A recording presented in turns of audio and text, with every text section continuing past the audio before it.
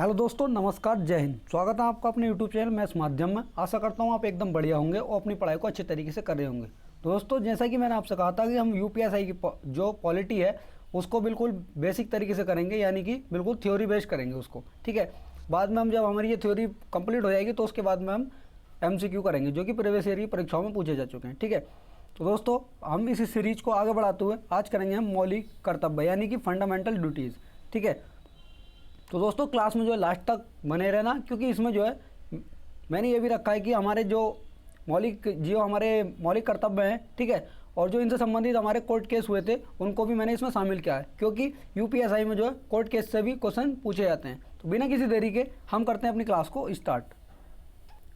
तो जो हमारा चैप्टर है, आज चैप्टर है हमारा मौलिक कर्तव्य। ठीक है, मौलिक कर्तव्य, और इसको जो है हमने किस में रखा है, संविधान के भाग 4 के कै में इसको हमने रखा है। ठीक है, और अनुच्छेद ये 51 के कै में रखा गया है। ठीक है, और इसको जो है हमने किस देश से लिया है, इसको भारतीय संविधान में मौलिक कर्तव्य जो है ये हमारे, इसको पूर्ववर्ती सोवियत संघ यानी कि जो यूएसएसआर था उससे लिए हैं, यानी कि वर्तमान में रूस। ठीक है, उस संविधान से हमने इसको लिए हैं। और ठीक है, हम इसमें ये देखेंगे कि जो भारतीय संविधान में इसकी ज़रूरत क्यों पड़ी और क्यों संविधान में संशोधन करके इसको जोड़ा गया, और किस संविधान संशोधन के द्वारा इसको जोड़ा गया था वो भी देखेंगे, और किस समिति के द्वारा, किस समिति की सिफारिशों पर इसको संविधान में संशोधन करके जोड़ा गया था। हम ये देख लेंगे कि मौलिक कर्तव्यों की ज़रूरत क्या पड़ी और इनका विकास भारतीय संविधान में कैसे हुआ। ठीक है, हम इसमें देखेंगे कि भारत में मौलिक कर्तव्यों का विकास किस तरीके से हुआ। ठीक है दोस्तों, अगर आप कॉपी पेन लेकर के नहीं बैठे हैं तो साथ में कॉपी पेन लेकर के बैठना, क्योंकि कुछ भाई बहन ऐसे हैं जिन्होंने नोट्स नहीं बनाए। ठीक है, तो ये क्लास आपके लिए बेनिफिशियल रहेगी, और आप अगर लगता है कि हाँ आपको इससे हेल्प मिली है तो दोस्तों क्लास को शेयर जरूर करना, एक लाइक कमेंट जरूर करना। ठीक है, तो बिना किसी देरी के हम करते हैं अपनी क्लास को स्टार्ट। ठीक है, भारतीय संविधान में मौलिक कर्तव्य शामिल नहीं थे। ठीक है, हालांकि 1975 से 1977 तक आंतरिक आपातकाल के दौरान, ये आंतरिक आपातकाल जो है 1975 से 1977 के दौरान जो है इंदिरा गांधी के कहने पर लगा था। ठीक है, और फखरुद्दीन अली अहमद उस टाइम भारत के राष्ट्रपति थे, और ये उनके कहने पर इंदिरा गांधी के उन्होंने लगाया था। ठीक है, आपातकाल के दौरान उनकी आवश्यकता और अनिवार्यता महसूस की गई। ठीक है, सरकार द्वारा कदम उठाए गए जिसके कारण भारत में मौलिक कर्तव्यों को शामिल और विकसित किया गया था। ठीक है, ये जो 1975 से 77 तक आपातकाल लगा था भारत के अंदर, उसमें उसके बाद में जो है इनकी आवश्यकता हुई, इसलिए इनको शामिल किया गया। ठीक है, हम इसमें देखेंगे कि ये किस समिति के द्वारा, इनको किस समिति ने सिफारिशें की और जो इनको भारतीय संविधान में शामिल किया गया। सरदार स्वर्ण सिंह समिति। ठीक है, 1976 में भारत सरकार ने मौलिक कर्तव्यों के बारे में सिफारिशें करने के लिए सरदार स्वर्ण सिंह समिति की नियुक्ति की। ठीक है, और जो 1900 यहाँ से देख लेंगे, और आगे हम केंद्र सरकार ने स्वर्ण सिंह समिति की सिफारिशों को स्वीकार कर लिया और भारत के संविधान में मौलिक कर्तव्यों की सूची शामिल करने का निर्णय लिया। और दोस्तों इसमें बता दूं आपको, ये जितने भी काम हो रहे हैं हमारे, ये 1976 के बीच में ही हो रहा है, क्योंकि इस समय जो है इंदिरा गांधी की सरकार थी। ठीक है, अब हम ये देखेंगे कि ये किस संविधान संशोधन के द्वारा इनको शामिल किया गया था। ठीक है, इसको जो है 42वें संविधान संशोधन अधिनियम 1976 के द्वारा इसको शामिल किया गया था। इसमें देखते हैं हम, केंद्र सरकार ने स्वर्ण सिंह समिति की सिफारिशों को स्वीकार कर लिया और भारत में मौलिक कर्तव्यों की सूची को शामिल करने का निर्णय लिया। ठीक है, आगे देखेंगे हम, अगला पॉइंट है हमारा कि जिसने संविधान में एक नया भाग 4A जोड़ा, और इस नए भाग में केवल एक अनुच्छेद 51A को शामिल किया गया। ठीक है, जो भारत के नागरिकों को 10 मौलिक कर्तव्यों का एक कोड निर्दिष्ट करता है। जो हमारा 42वां संविधान संशोधन 1976 हुआ था, तो उसके द्वारा हमारा आर्टिकल जो जोड़ा गया था वो 51A जोड़ा गया था, और उसमें जो शुरुआत में रखे गए थे वो हमारे 10 मौलिक कर्तव्यों को इसमें रखा गया था। और जो बात अब मैं उसमें आपको यही बताऊंगा कि जो हमारा 11वां मौलिक कर्तव्य था उसको कब जोड़ा गया, कि संविधान संशोधन के द्वारा जोड़ा गया, और उसकी ज़रूरत क्यों पड़ी कि जो उसको जोड़ा गया। ठीक है, अगला पॉइंट जो हम यहाँ पर देख लेते हैं, जो हमारे 10 मौलिक कर्तव्य थे जो स्टार्टिंग में 1976 में जोड़े गए, उन मौलिक कर्तव्यों को देख लेंगे। क्योंकि दोस्तों इनको आप नोट करते हुए चलना अगर आपने नोट नहीं किया है, क्योंकि अब एग्जामिनर जो है डायरेक्ट क्वेश्चन ना पूछ करके आर्टिकल से, अब जो इसके भाग दे रखे हैं हमारे जो 10 मौलिक कर्तव्य हैं, यहाँ से क्वेश्चन पूछा है कि ये आर्टिकल 51A के किस पार्ट में दे रखा है। ठीक है, तो दोस्तों इसको आप नोट करते हुए चलना। तो हमारा जो पहला हमारा मौलिक कर्तव्य है, इसमें कहा है कि संविधान का पालन करें और उसके आदर्शों, संस्थाओं, राष्ट्रीय ध्वज और राष्ट्रगान का सम्मान करें। ठीक है, यह हमारा मौलिक कर्तव्य है। दूसरा हमारा मौलिक कर्तव्य ये कहता है कि स्वतंत्रता के लिए हमारे राष्ट्रीय आंदोलन को प्रेरित करने वाले आदर्शों को हृदयों में संजो कर रखना और उसका सम्मान करना।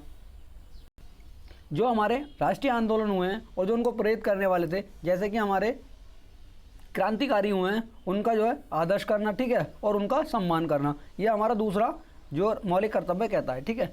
अगला देखेंगे हमारा तीसरा मौलिक कर्तव्य हमारा क्या है कि देश की एकता, अखंडता और संप्रभुता की रक्षा करना, यानी कि देश में एकता बनाए रखना, कोई उपद्रव वगैरह उस तरीके से, ठीक है, नहीं करना और ना ही उसका सहयोग करना, ठीक है।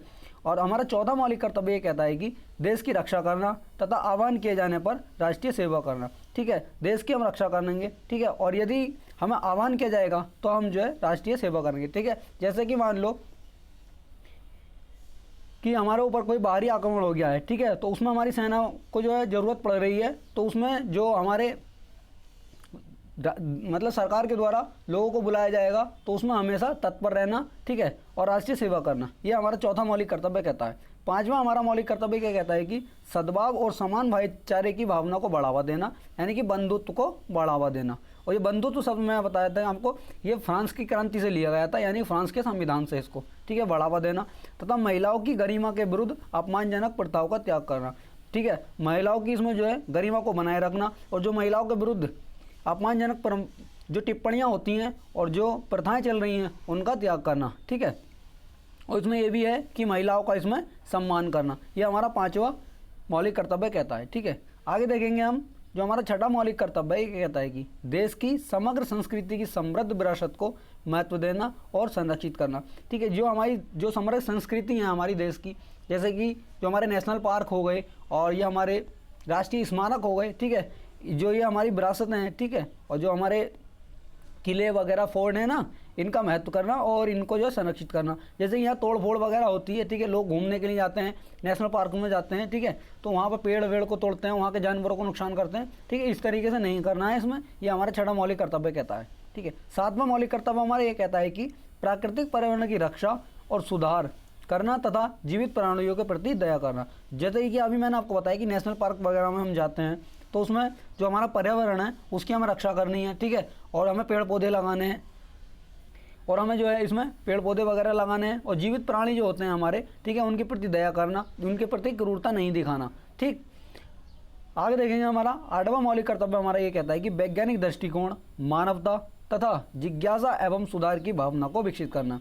जो हमारा वैज्ञानिक दृष्टिकोण होता है और मानवता है, ठीक है, कि हमें जो है नए नए जो हम आविष्कार वगैरह करते हैं, ठीक है, तो उसमें आगे प्रगति की ओर बढ़ते रहना, यह हमारा आठवां मौलिक कर्तव्य कहता है, और हमारी नई सोच को विकसित करना, ठीक है। आगे देखेंगे हमारा नवा मौलिक कर्तव्य क्या कहता है कि भारतीय संपत्ति की सुरक्षा करना और हिंसा का परित्याग करना। जो सार्वजनिक संपत्ति है हमारी, ठीक है, जैसे घूमना हमारा पर्यटन स्थल वगैरह होते हैं तो उनकी जो है सुरक्षा करना और हिंसा का परित्याग करना, उन पर जाकर के उनकी सुरक्षा करना। जैसे मान लो कि कोई वहाँ पर तोड़फोड़ करता है तो उस तोड़फोड़ को रुकवाना और वहाँ पर हिंसा का परित्याग करना, मतलब हिंसा नहीं करनी है, भाईचारे की भावना को महत्व देना है।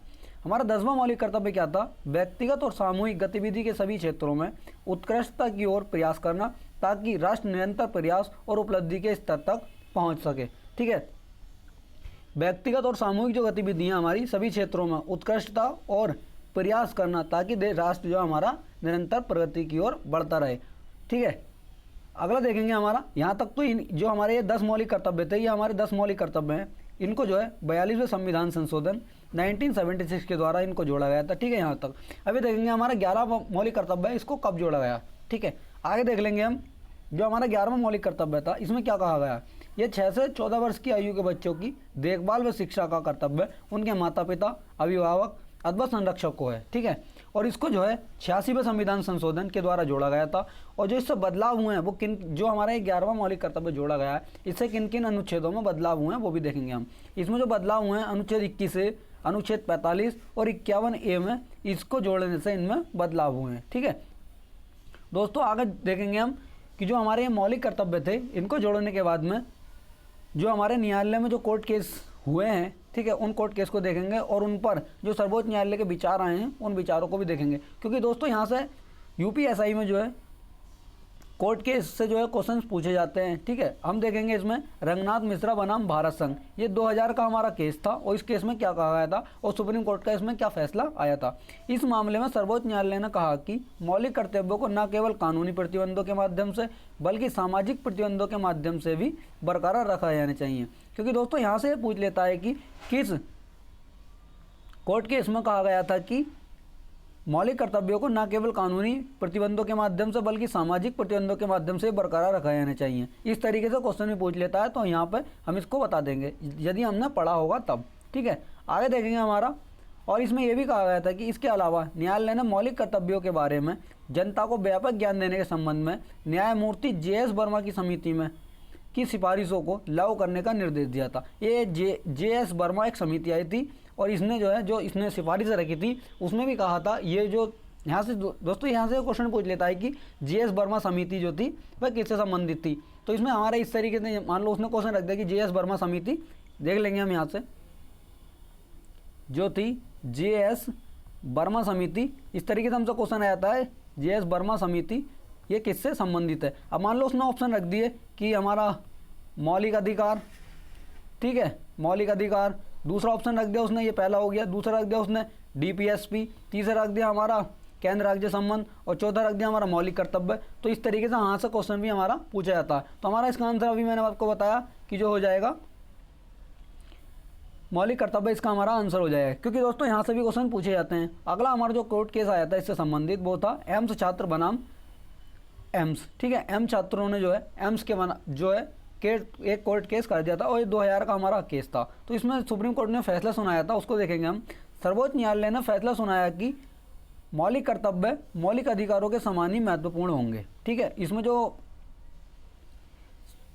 हाई कोर्ट का जो इसमें हाई कोर्ट कह रहा हूँ सॉरी, इसमें जो सुप्रीम कोर्ट का जो बाद में फैसला आया था इसमें कहा गया था कि जो मौलिक कर्तव्य हैं हमारे वो मौलिक अधिकारों के ही तरह होंगे और जितना महत्व मौलिक अधिकारों को देते हैं हम उतना ही महत्व मौलिक कर्तव्यों को देंगे। ठीक है दोस्तों, इसमें हम ये भी देखेंगे कि हमारा कौन सा मौलिक अधिकार हमारे कौन से मौलिक कर्तव्य के समान है यानी कि बराबर है, और हम इसमें ये भी देखेंगे कि कौन सा मौलिक कर्तव्य हमारा किस DPSP के बराबर है, क्योंकि उसमें जो है दोस्तों क्वेश्चन ये पूछ लेता है हमसे कि कौन सा हमारा मौलिक अधिकार है जो मौलिक कर्तव्य के समान है, क्योंकि दोस्तों अब क्वेश्चन जो है इस तरीके से घुमा करके ही पूछ रहा है। और जो हमारा ये वाला केस था इसमें और ये भी कहा गया था कि आगे एम्स छात्र बनाम एम्स 2000 वाला केस था, इसमें ये कहा गया था कि न्यायालय ने कहा कि दोनों को मौलिक के रूप में नामित किया जाना चाहिए, उनके महत्व को रेखांकित करता है। ठीक है, जो हमारा इसमें कहा गया था कि जो मौलिक हमारे कर्तव्य थे और जो मौलिक अधिकार थे इन दोनों का नाम जो है इसमें एक ही रखे। अब दोस्तों हम इसमें ये देख लेंगे कि मौलिक अधिकारों और मौलिक कर्तव्यों के बीच में संबंध क्या क्या होते हैं और जो है किन हमारे जो कौन से मौलिक अधिकार हैं और जो हमारे मौलिक कर्तव्य हैं उन दोनों में क्या क्या महत्व होते हैं, कौन किसके बराबर होता है। क्योंकि दोस्तों अब यहाँ से जो है डायरेक्ट क्वेश्चन ना पूछ करके इस तरीके से घुमा के क्वेश्चन पूछ लेता है। तो हमारा जो आर्टिकल 19 है वो किससे संबंधित है, वो हमारा अनुच्छेद 51A के जो तीसरा हमारा मौलिक कर्तव्य मैंने अभी बताया था आपको उससे संबंधित है, क्योंकि जो इनकी प्रकृति है दोनों की समान है। और जो हमारा आर्टिकल 21 है वो हमारा अनुच्छेद 51A के जो 5वां हमारा मौलिक कर्तव्य है उससे संबंधित है। ठीक है, जो हमारा अनुच्छेद 21A है, आर्टिकल जो हमारा 21A था यानी कि 6 से 14 वर्ष के बच्चों 6 से 14 वर्ष के जो आयु के बच्चे हैं उनको शिक्षा करना तथा देखभाल करना, तो ये हमारा अनुच्छेद 51A का 11वां मौलिक कर्तव्य है जो कि 86वें संविधान संशोधन के द्वारा इसको जोड़ा गया था। ठीक है, अब आगे देखेंगे हम जो हमारा आर्टिकल 23 का सेकेंड पार्ट है वो अनुच्छेद हमारा 51A के जो 14 हमारा मौलिक कर्तव्य है उससे संबंधित है। ठीक है, और जो हमारा हम इसमें देखेंगे कि मौलिक कर्तव्य और DPSP जो हमने कराए थे कल। ठीक है, कल वाली क्लास अगर आपने नहीं देखी तो क्लास को भी देख लेना, क्योंकि दोस्तों इंपॉर्टेंट क्लास है ये। और अब इसमें हम देखें, हमने ये तो देख लिया हमारे मौलिक अधिकारों और मौलिक कर्तव्यों के बीच में संबंध क्या क्या है। अब हम ये देखेंगे कि मौलिक कर्तव्यों और DPSP के बीच में हमारे किन किन अधिकारों जो हमारे वो अनुच्छेद हैं उनमें क्या क्या संबंध है। अनुच्छेद हमारा 48A जो संबंधित है वो अनुच्छेद 51A का जो 7वां हमारा मौलिक कर्तव्य है ये उससे संबंधित है, यानी दोनों की प्रकृति इनकी समान है। अनुच्छेद हमारा 45 जो है वो अनुच्छेद 51A का जो 11वां हमारी मौलिक कर्तव्य है ये उससे संबंधित है।